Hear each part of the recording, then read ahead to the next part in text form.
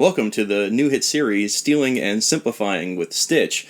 If this is in the month of November while you're watching this, November 2018, click the link below the description box, for one of my students' Movember campaigns.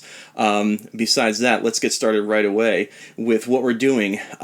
We are going to use the Led Zeppelin's How Many More Times composition to understand what's going on, and we're going to simplify it in a fashion where you can start writing your own blues-infused rock riffs. And the reason that I want to do this is because one of my students in particular, Jason, who has the link below, came to me and said, hey, I want to write some like blues-infused riffs, but every time I do that, I end up writing a 12-bar blues. How do bands do this? And so I related this song, and if you follow along, it should be quite simple. So the riff for How Many More Times starts off with this E minor type, like...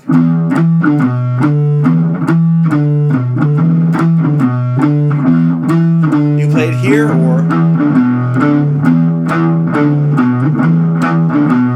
there, and we go, okay, yeah, we can kind of feel the E minor pentatonic form one then in that, like, you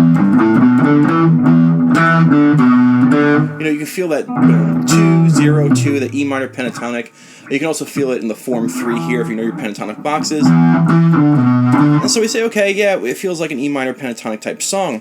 And what's crazy is we think of it like as an E blues song, and we think of it as an E blues until we get to a very special moment, which is this part where it goes from D to A.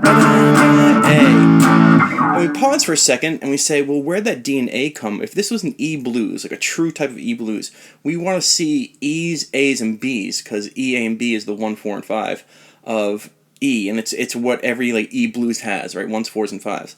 But it doesn't have that. What we have is we have an E start, and then we have a D and an A, and when you look at those three letters, you go, well, E, D, and A, you rearrange them to A, D, and E, and now it's like, oh, wait, could we have an A, 1, 4, and 5 type progression here, but could it be starting on the 5, the E? And the answer is yes. This riff here, this awesome riff,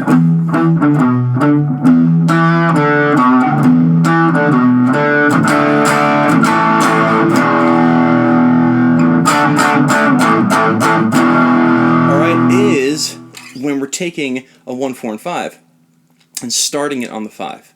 And something really cool happens when we do this. Now, I will show you how to kind of use this on your own, but we're still dissecting what's happening. When you look at A's, D's, and E's, A is the 1, D being the 4, E being the 5. But when you start on the E, what happens is the E, it's still a 5, but mentally we're starting there. And what happens is we have an A. And if you look, A is the 4 of E. And so that's why it sounds good, because you're still playing an E and you have an A in there. And so when you start on the 5, we still get this blues-infused rock sound, but it doesn't sound like a 12-bar blues. But it still has a 1 to 4 movement, which we like. And then you throw the D in, and a lot of people are going to say, well, that's the flat 7. It's not. It's really, we're just starting on a 5, we're going 5, and then, and it's 4, 4, 4, 1, however you want to think about it, but it's a mixture of 1s, 4s, and 5s where you start on the 5. So how do you bring this to, to your game? Well, let's change it up so that we don't sound exactly like Led Zeppelin, because we don't do that. So what we're going to do is we're going to now pick a different 1, 4, and 5, and we'll pick E, A, and B. And I'll show you. So now, if we have E, A, and B, E is the 1, A is the 4, B is the 5, well, let's start on the 5. But let's steal again. We have this E minor pentatonic that they start with, so let's use a B minor pentatonic. Using the minor pentatonic when you start on the 5 of a 1, 4, and 5 progression. I know, it's like, come on, really? Yeah, when you're playing 1s, 4s, and 5s, but you start on the 5, you're going to get a nice blues-infused kind of chord progression. To make it really bluesy, you're going to use the minor pentatonic of the 5. So we're going to start on the B, and we're going to start with a B minor pentatonic. Now, this is up to you. You can do whatever you want, right? But if you want to come up with a B minor pentatonic, like...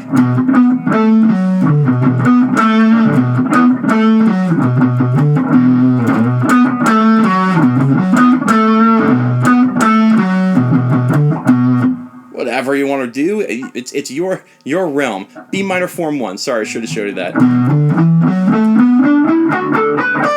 7-10, 7-9, 7-9, 7-9, 7-10, 7-10. in terms of frets. And you can come up with anything you want. If you don't want to come up with a chord progression, you can just write a chord. You know, you just sit there and like pound a B5 chord, really.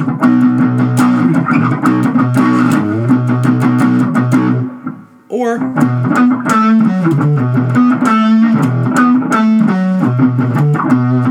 I just wrote that, so I'm going to go with it. And now what happens is, if we were in B and we're playing the blues, you'd want to see a B, you'd want to see an E, and you want to see an F sharp. But in this case, we're starting in the 5 in the key of E. So really our options are going to be B's and A's and E's. And fool around with it. As long as you start in the 5 with a minor pentatonic, things are going to sound really good if you start trying to discover how those other chords fit in. So let me just, you know, mess around and see how it comes.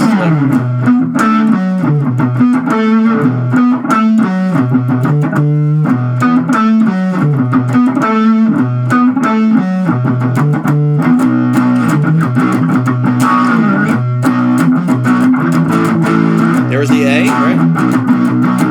A, E, B.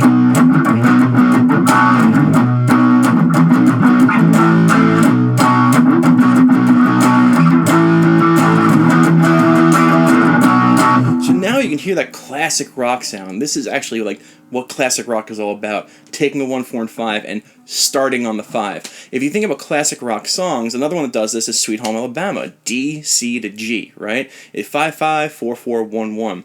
And so if you turn on your distortion and you start playing a 1, 4, and 5, but starting on the 5 chord, and using a minor pentatonic to kind of get a good riff down, and then throwing and listening to where you want to put the 1 and 5 of the key, or, you know, in this case the A and E, it's totally up to you. I'm going to come up with something totally different now, but I am going to start on the 5 again. And I'm not going to play a major. I'm going to stick to the power chord for now. I just like the sound of it, so let's see if I can come up with another thing, like...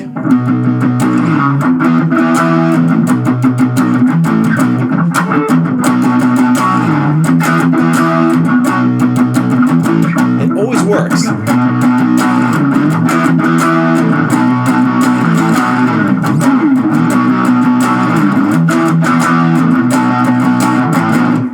Great, always works. So now we have one ingredient, right? We have this cool riff that we're stealing the idea from Led Zeppelin, of course, because I do love Led Zeppelin. Starting on the 5 with either a chord of the 5 or the minor pentatonic of the 5, using the 4 and the 1 of the key to kind of mess around, see if we can come up with something else. But here's a little cool thing that you can do, is bringing back in your 1, 4, and 5 of where you start.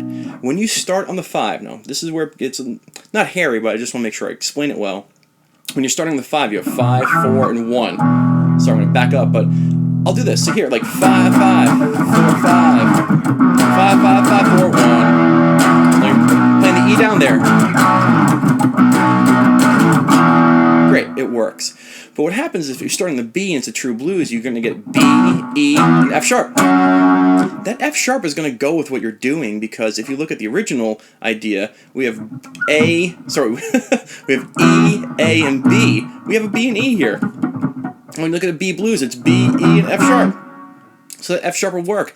And if you want to try and get that in on a chorus or a bridge, don't be frightened of it. You've already broken the 1, 4, and 5 like 12-bar blues sound. You can bring it in, and it should work fine. Let's see if I can get that F sharp in here while I'm playing really off the 5 in the key of E.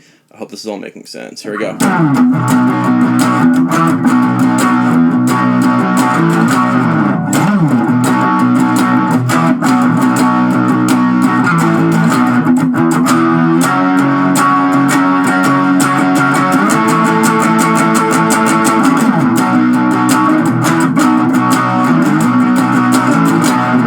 Worked fine. If you're wondering what I just did up there, I just went up to the A chord up here. That's it. Just took this chord. Felt like I needed to move. There it is.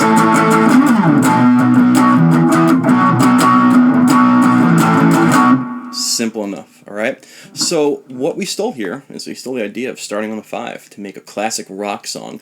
And if you like this sound, do it. If you're in a rock band, you want to make a song that rocks, just start there, and people are like, oh, that sounds really good. Don't be afraid to bring in the 5 of where you start. Like if you start on the B, E, F sharp, you can use it right away. You can use it for later, but it definitely fits. Now, How would you solo on top of this? Very simple. You would just use the B minor pentatonic. That's the sound of rock.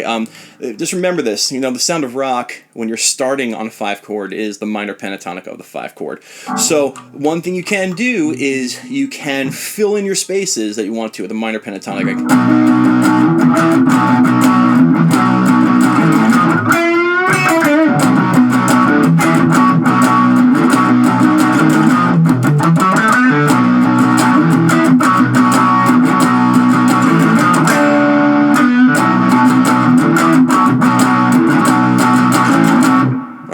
And so, I think we've hopefully simplified. What you want to do if you want to write songs now, pick a 1, 4, and 5. Any 1, 4, and 5. I'll list them right here for you. You have A, D, and E. E, A, and B. G, C, and D. D, G, A. C, F, G, you can't really write hard rock songs in C, F, and G. Prove me wrong, shall you? Anyway, those are them. Start on the 5 chord. Write a riff in the minor pentatonic or a chord progression starting just on the 5 chord. Some distortion, power chords, and then solo with the minor pentatonic of where you started. And again, don't be afraid to bring in the 5 of your original starting point. I want to make sure that's clear. Say I started in G, G, C, and D. I would start on the D, that's the 5. I would play the C's and G's somewhere. But when I needed an extra boost in the song, I'd go look at that D again and say, well, what's the 1, 4, and 5 of D? Oh, D, G, A. Well, G's already in my original progression. Let me bring the A in. And it's going to sound fine. I'll prove it right now. So we're going to do D, G, C, G, G, C, D, right? So we have G, C, and D. Let's say I'm going to do G, C, and D. And then my 1, 4, and 5 of D is D, G, A. You want to know these patterns, okay? And so let's see if this makes sense. All right. Starting on the D. Like it's going to sound like the same thing, but let's see if we can come up with something different.